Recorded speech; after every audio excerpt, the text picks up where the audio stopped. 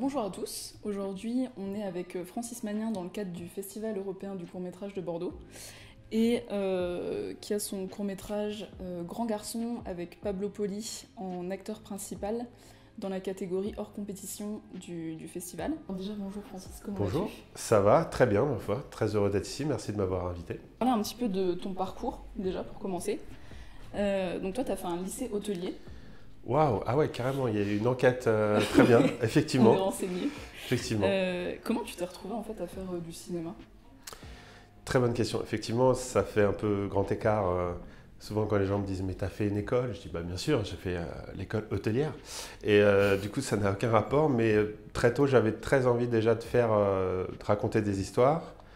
Et après, je me suis rendu compte que la partie cinéma, l'image et de diriger des acteurs, c'est cette façon-là qui me plaisait le plus pour raconter des histoires. Donc, pour faire l'histoire courte, ça s'est fait un peu, en fait, naturellement. C'est-à-dire que c'est vraiment l'envie qui m'a poussé à me rapprocher de ça. Et c'est en faisant que j'ai appris. Donc, j'ai pas de formation classique, j'ai aucun bagage technique, rien du tout. Tout ce que j'ai appris, je l'ai appris un peu par moi-même ou sur le tas. Et en regardant beaucoup, en allant sur d'autres tournages, en parlant à des gens qui faisaient déjà ça. Et je me suis retrouvé à faire des films en les faisant, en fait, tout simplement. Mais après, pour l'instant, j'en suis qu'au court-métrage. Mais je crois que c'est Jean-Pierre Jeunet qui j'avais vu dans une interview, qui m'avait vraiment frappé, qui avait dit voilà, le conseil que je donne aux gens qui veulent être réalisateurs, aux jeunes, c'est de prendre une caméra et de filmer des histoires. Et en fait, quand vous aurez fait ça, vous serez réalisateur en fait. Ce sera peut-être pas bien au début, mais vous serez réalisateur. Et en fait, pour moi, ça a un peu été le déclic en me disant ah d'accord, il faut que j'arrête de théoriser, de me dire machin, machin, prendre caméra et film. Et effectivement, c'était très nul au début. Et puis petit à petit, de film en film, on règle les erreurs, on se dit tiens, j'ai fait ça, la prochaine fois, je le ferai pas. Et puis voilà, petit à petit, on avance et j'espère vers le long métrage prochainement. D'accord.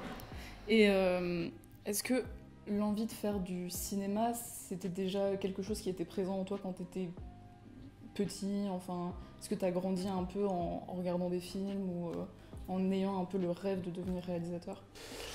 Ouais, alors c'est assez difficile de situer vraiment à partir de quel âge les premières envies sont nées, mais oui, j'aimais bien les films. Alors comme beaucoup de gens j'entends beaucoup d'ailleurs les gens qui disent ça souvent en interview, mais c'est vrai, moi j'avais ça, je regardais les films plus jeunes chez moi le soir, mais les parents qui disent tiens, il est 22 heures, faut aller se coucher. Bah ouais, mais du coup je vais pas voir la dernière partie du film, la plus importante. Alors je sais pas si ça a généré de l'imagination chez moi, de me raconter plein de fins possibles ou quoi. Et sinon, après, oui, l'envie, elle était là depuis très longtemps, je crois. Mais c'était avant tout l'envie, celle dont je me rappelle du plus loin, c'est l'envie de raconter des histoires. J'aime bien me raconter des histoires, très petit, même avec des jouets, des machins, d'imaginer des choses. Et puis, je commençais à dessiner très mal, mais je dessinais des BD. Je sais pas pourquoi, en cours, je passais mon temps au collège à écrire des BD pour faire rire les copains. Et vraiment, à la fin du collège, j'ai vraiment eu un déclic de « Ok, non, c'est ce format-là qui me fait rêver, entre guillemets, ou qui me parle le plus, c'est le cinéma. C'est vraiment de voir des acteurs porter des histoires et de les filmer. Et c'est à partir de ce moment-là où j'ai mis toute mon énergie sur, voilà, je vais faire ça en fait, c'est sûr et certain. Okay. Il y a quelque chose auquel tu es attaché dans le format du court-métrage, parce que tu en as fait quand même un certain nombre maintenant. Et est-ce qu'il y a quelque chose qui te plaît particulièrement dans le court-métrage? Moi qui suis pas très patient, on va dire, oui, il y a quelque chose qui me plaît vraiment, c'est le côté, c'est l'immédiateté, quoi. C'est-à-dire que tu as une idée, bon, tu peux la travailler, prendre du temps évidemment, mais si l'idée reste et elle est bonne et elle te plaît et tu es habité par cette idée, tu vas la tourner quoi qu'il arrive. Moi, c'est ma façon de faire, c'est-à-dire qu'il y ait de l'argent ou pas, on peut faire des dossiers, des machins, mais même si tu n'as pas tout l'argent nécessaire, ou les gens que tu avais prévus, machin, tu peux le faire quand même.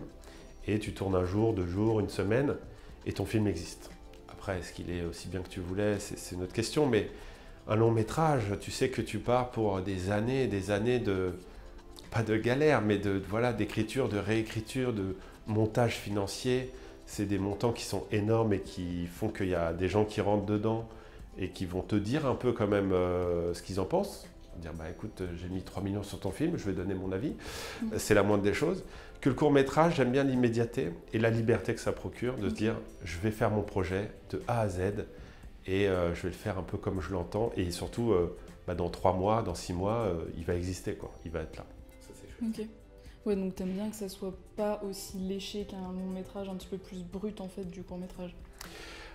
Bah moi j'ai cette... je crois pas trop en la perfection. Après je crois beaucoup au travail, notamment à l'écriture, à la réécriture, je pense que c'est là que ça se joue vraiment.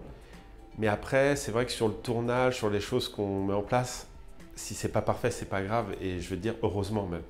Et un tournage, de toute façon c'est ça, c'est des petits accidents, des petits imprévus qui font que tu t'adaptes d'une façon ou d'une autre et ça donne à la fin de la route ton film. Et ton film sera jamais parfait en fait.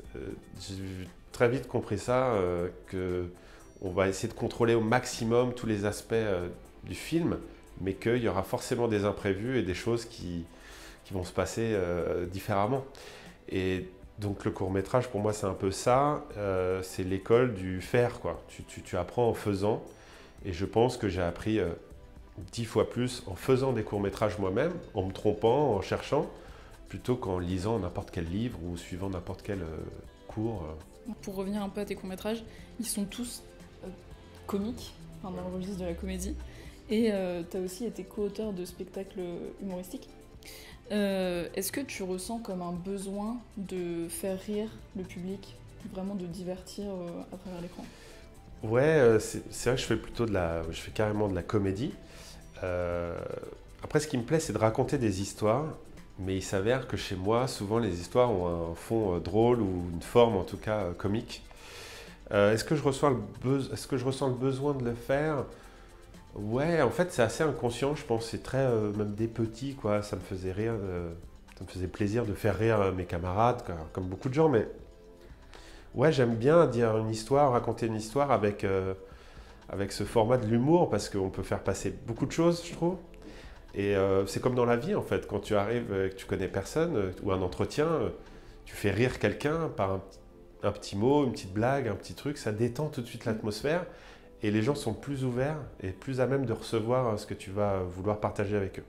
Donc je trouve que l'humour, pour ça, c'est une force incroyable, quoi. Ok. Et du coup, tu dois sûrement avoir des inspirations. Justement, tu parlais de quand tu étais petit, tu aimais bien faire rire le monde, etc. Peut-être tu as des inspirations à nous citer, des trucs que tu regardais quand tu étais petit qui te faisaient particulièrement rire et qui t'ont inspiré? Bah, quand j'étais petit, c'est une bonne question, je sais pas. J'étais assez fasciné par les spectacles. J'adorais les humoristes. Et c'est vrai que la première fois que j'ai vu un spectacle vraiment au théâtre, vivant et tout, j'ai fait waouh, l'énergie qu'il y avait dans la salle, ça m'a beaucoup parlé. Après, oui, des références, bah, il y a beaucoup de choses qui m'ont plu en grandissant. Moi, j'étais un grand fan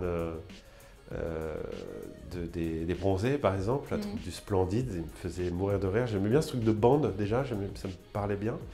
Et puis, je trouvais que, je ne le savais pas, j'ignorais, j'avais pas analysé à l'époque, mais l'écriture, en fait, a été folle, quoi. Donc moi, ça me plaisait beaucoup, voilà, les Bronzés font du ski. Après, je pensais pas très original, mais j'ai grandi avec tout ça, avec évidemment, voilà, les nuls, évidemment les inconnus aussi, puisque les inconnus ont réussi pour moi à faire le pont parfait entre l'humour, un peu potache, machin, mais en même temps, ils ont fait un film assez social avec les trois frères. Et d'ailleurs, ils ont eu le César du premier film. Donc moi, c'est un peu... voilà, ces références-là, comme beaucoup de gens. Puis après, il y a des gens un peu barrés qui sont arrivés avec Canal, les Robin des Bois, tout ça. Et puis le Jamel Comedy Club, tout ça, avec ces nouveaux visages de l'humour, qui étaient vraiment... ouais, ça allait plus vite, il y a eu une évolution là-dedans. Donc ouais, j'ai suivi tout ça. Et après, mes références, je regarde beaucoup de choses. J'aime bien le cinéma, la comédie américaine, mais aussi française. Voilà, aux États-Unis, j'aime beaucoup Judd Apatow, évidemment.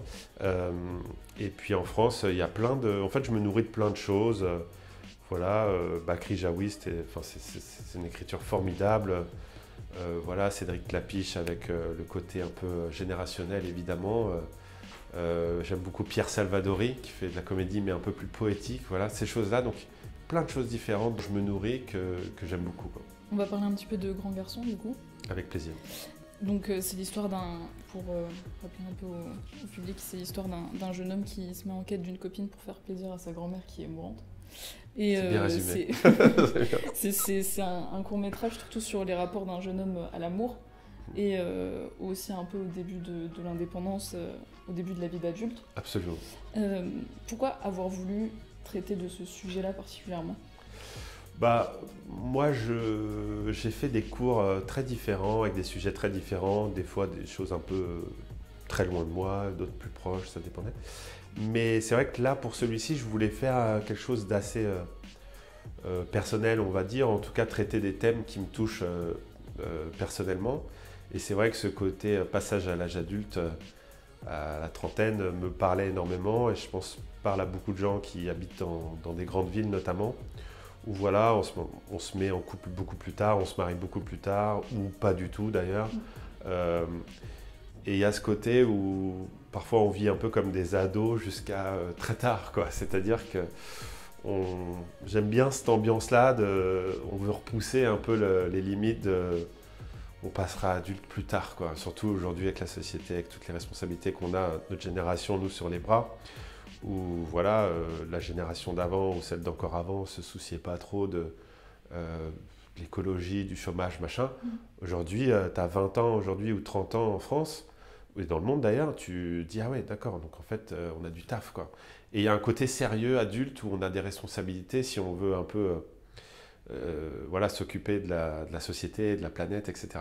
Donc j'aime bien ce petit sentiment de spleen, de fainéantise, de se dire ouais non, je verrai ça plus tard, pour l'instant je vais me faire plaisir entre guillemets. Et du coup il y a un peu cette insouciance-là, donc que je ressens moi et que je ressens évidemment dans mon entourage. Et du coup je voulais parler de ça, de ce gars qui refuse entre guillemets un peu de grandir et de passer à l'âge adulte, et du coup bah, dans tous les aspects de sa vie il essaye d'avoir peu d'engagement et beaucoup de voilà, pas de contraintes, quoi, et beaucoup de plaisir. Mais donc ça soulève un débat qui peut être intéressant. Est-ce que c'est ça la vie, quoi, ou est-ce que c'est avoir des responsabilités, ou est-ce que tout ça est bien plus compliqué? Mais voilà, pour l'histoire de Grand Garçon, j'aimais bien parler de ça, de l'histoire de ce personnage qui d'un coup va comprendre, en tout cas il l'a peut-être au fond de lui, et surtout ça va être, comme tu l'as dit,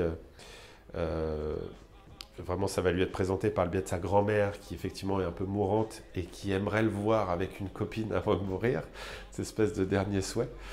Donc, bah, il va se mettre en quête d'une fille qui pourrait correspondre à ses attentes, quoi. Mais bon, il n'a pas l'habitude, donc il n'a pas trop les codes, il est un peu en galère.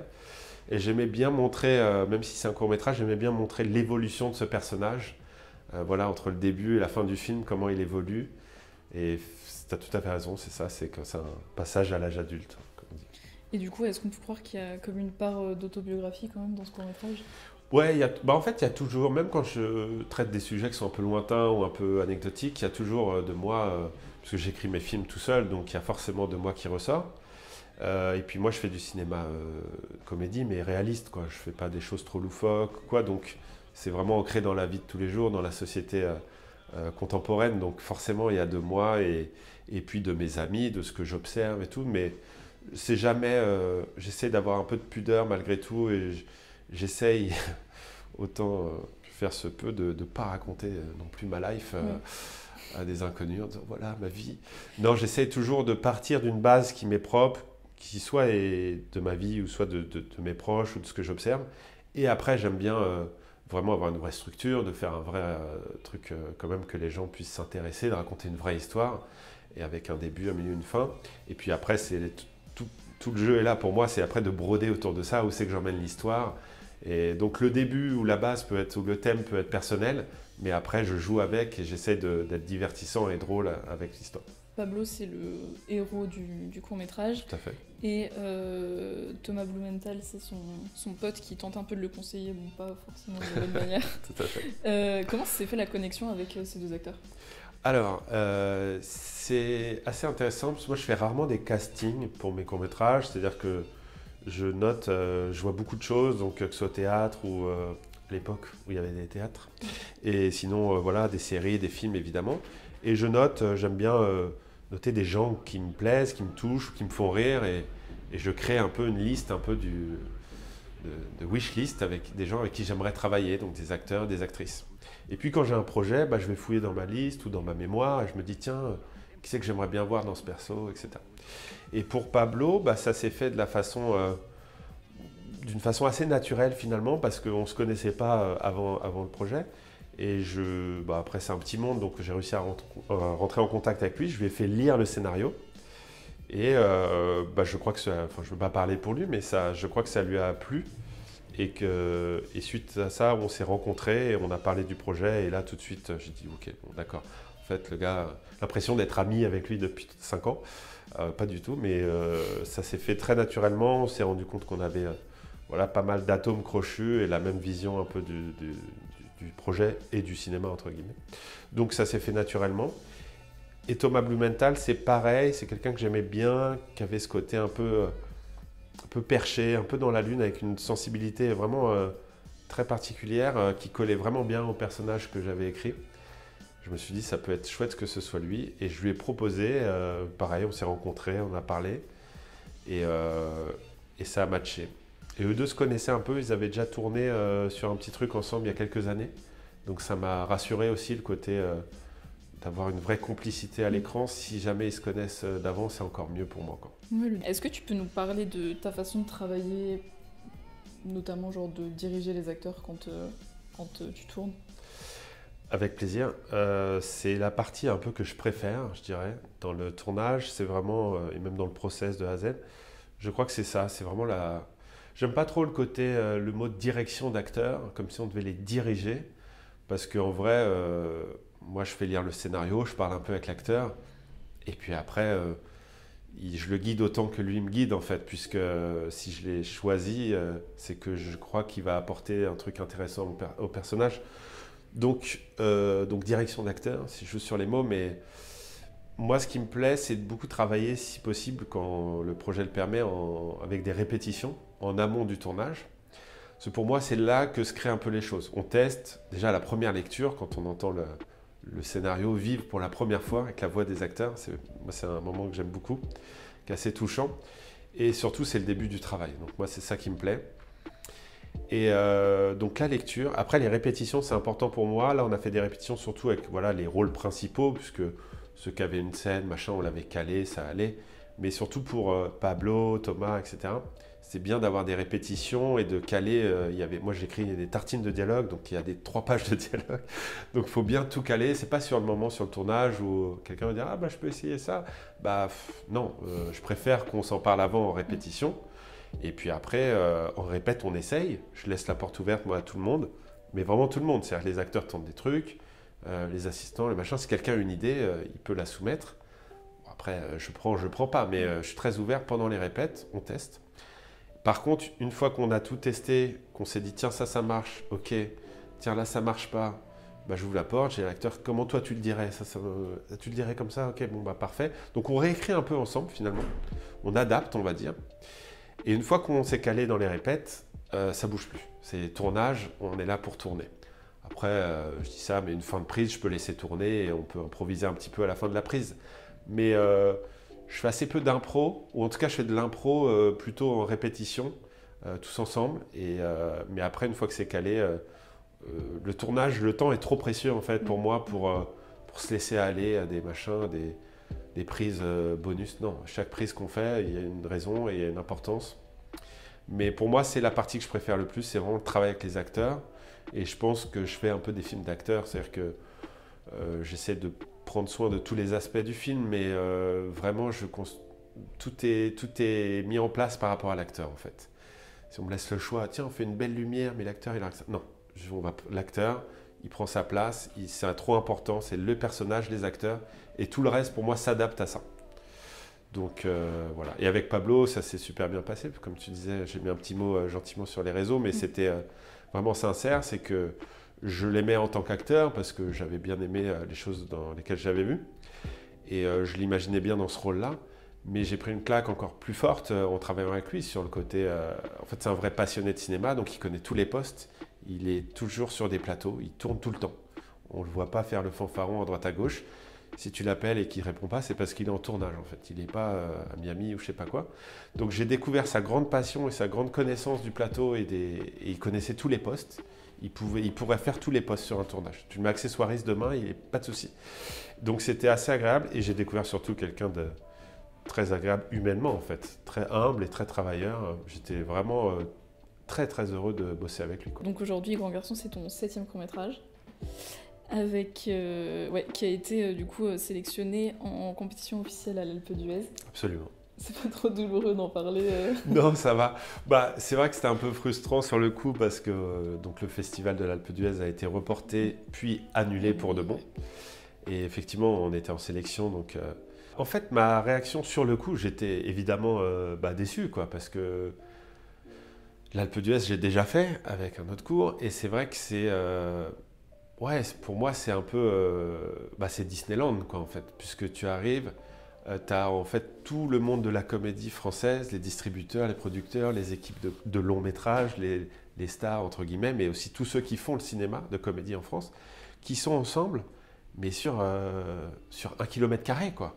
Donc il y a une espèce de concentration de talent et de contacts intéressants, et puis surtout la projection. La projection à l'Alpe, c'est une grande salle, et il y a une électricité un peu dans la salle, il y a une espèce d'ambiance. C'est à la montagne, à le côté un peu colonie. Et en fait, les projections là-bas sont pour moi assez magiques, quoi, parce que tu projettes ça devant un gros public et le métier, entre guillemets. Et là, tu as des barres de rire. Quand ça se passe bien, tu as un mur de rire, en fait. Tu as 800 rires d'un coup. Et là, ça te fait... toi, tu as écrit ça dans ta chambre tout seul il y a 2 ans. Et là, tu prends 800 rires dans les dents. Tu fais, ah d'accord, donc c'est ça, très bien. Donc ça donne beaucoup d'énergie. Et puis après, au-delà de ça, le côté professionnel, avec les rencontres derrière que ça suscite. Les gens qui ont découvert ton film dans ces conditions-là, si le film est bien, derrière, tu as des contacts super intéressants, des échanges, des rendez-vous à Paris derrière. Donc il y avait les 2 côtés frustrants pour moi. Le côté où j'aurais pas mon shoot d'adrénaline comme ça et de bonheur quand on fait de la comédie, c'est d'entendre les gens rire en salle. Franchement, c'est la drogue, quoi. Et le côté professionnel pour la suite, pour créer des contacts et du réseau, entre guillemets, et des rendez-vous intéressants. Donc, très gros manque sur le coup. Mais en fait, je n'ai pas été déçu de très longtemps. C'est-à-dire que sur le coup, ça m'a fait... Effectivement, ma réaction, c'est ça, c'est que j'étais triste et de manquer ça. Mais en vrai, le lendemain, j'ai vraiment switché. Et en fait, c'est la vie, quoi. C'est-à-dire que cette pandémie, y a des gens qui ont des problèmes plus gros que ça, que de rater un festival. Et en fait, je me dis, c'est pas grave, on va s'adapter. Et il y a des festivals comme Bordeaux qui sont super ou qui continuent malgré tout et qui se disent, on va faire quand même l'édition en ligne. Et c'est mieux que rien, moi, je trouve. Donc on continue les inscriptions et on espère faire demain d'autres festivals avec grand plaisir, même si c'est pour l'instant à distance, c'est comme ça. Et et l'Alpe d'Huez, ça sera pour une autre année, je ne sais pas, plus tard. Sûrement. Des ambitions pour la suite, peut-être un autre court-métrage ou peut-être un long-métrage. Alors c'est marrant parce que tu as dit c'est mon 7e court-métrage. En fait, c'est le 7e qui est trouvable, je pense. Oui. Ouais. Mais je pense en avoir fait le double. Mais j'en ai brûlé certains. Voilà, c'est les premiers, ils sont brûlés, personne ne pourra les voir. Mais ça faisait partie de l'apprentissage, on va dire. Donc, je fais beaucoup de courts-métrages. Donc, évidemment, en fait, moi, je suis un peu un diesel, quoi. C'est-à-dire que je mets du temps à chaque fois à passer un peu à l'étape d'après. Donc, évidemment, j'ai envie de faire des longs-métrages. C'est une vraie ambition. On verra, on travaille pour. On n'en est pas encore là. On verra ce qui se passe dans les prochains mois, les prochaines années. Mais effectivement, c'est l'ambition. Après, je sais que oui, je suis un peu un diesel, mais en fait, je ne suis pas pressé, quoi. J'essaie de ne pas me précipiter parce que moi, faire des films, faire du cinéma, c'est le projet de ma vie, en fait. C'est-à-dire que moi, je ne veux pas être connu, je ne veux pas surfer sur quoi que ce soit, je m'en fous. Ce qui m'intéresse, c'est de faire des films. Et je dis bien faire des films, en fait. Parce qu'il y a beaucoup de premiers films en France, mais moi, je prends mon temps pour, j'espère, faire mon premier film parce que j'ai envie qu'il soit réussi, qu'il me plaise, en fait, qu'il soit personnel. Et qui me permettent surtout d'en faire un deuxième, puis un troisième, puis plein d'autres. Donc mon but, c'est pas je fais faire un film et je fais n'importe quel projet qui me passe sous les yeux. Je prends vraiment mon temps parce que je veux m'inscrire dans la durée, je veux faire ça de manière très réfléchie, quoi. Donc voilà, c'est en projet, c'est en cours, mais ça va venir quand ça viendra. Ouais. Ok. Dernière petite question. Question plus personnelle. Oui. Bon, moi je m'y connais pas trop. On a vu que tu aimais bien le foot. Oui, absolument. Et hier, il y avait... Non, c'était pas hier, c'était avant-hier qui jouait Arsenal, non? Absolument, c'est ça. Et ils sont 10e, t'en penses quoi? Ah ouais, très bonne, non mais très bonne question. Vous êtes bien renseigné. Je suis effectivement supporter d'Arsenal, ce qui est assez douloureux en ce moment, on va pas se mentir, puisqu'ils sont en effet 10e, ce qui n'est pas du tout leur place. Et c'est une belle leçon de vie Arsenal parce que moi je supporte ce club donc depuis de nombreuses années. J'ai été effectivement, j'ai vécu un peu à Londres en fait quand j'étais plus jeune et du coup j'allais au stade à Highbury, voilà pour les connaisseurs, qui est l'ancien stade d'Arsenal. Et en fait, c'est une belle leçon de vie Arsenal puisque ces dernières années ils déçoivent beaucoup. Donc en fait ça t'apprend un peu la dureté de la vie, c'est-à-dire que tu as des rêves, tu rêves de première place, de Ligue des Champions. Et on t'offre une 10e place. Mais c'est ça la vie. Et il faut garder la foi, il faut garder l'espérance, et il faut continuer à supporter cette équipe qui est formidable et qui, je l'espère, et j'en doute pas, reviendra un jour dans les premières places du classement. Ok, on serait à l'occasion supporter Arsenal. Je te le souhaite. Merci beaucoup. Merci à toi et bon festival à tout le monde Merci. à Bordeaux. Et on espère retrouver les salles de cinéma, en effet, bientôt.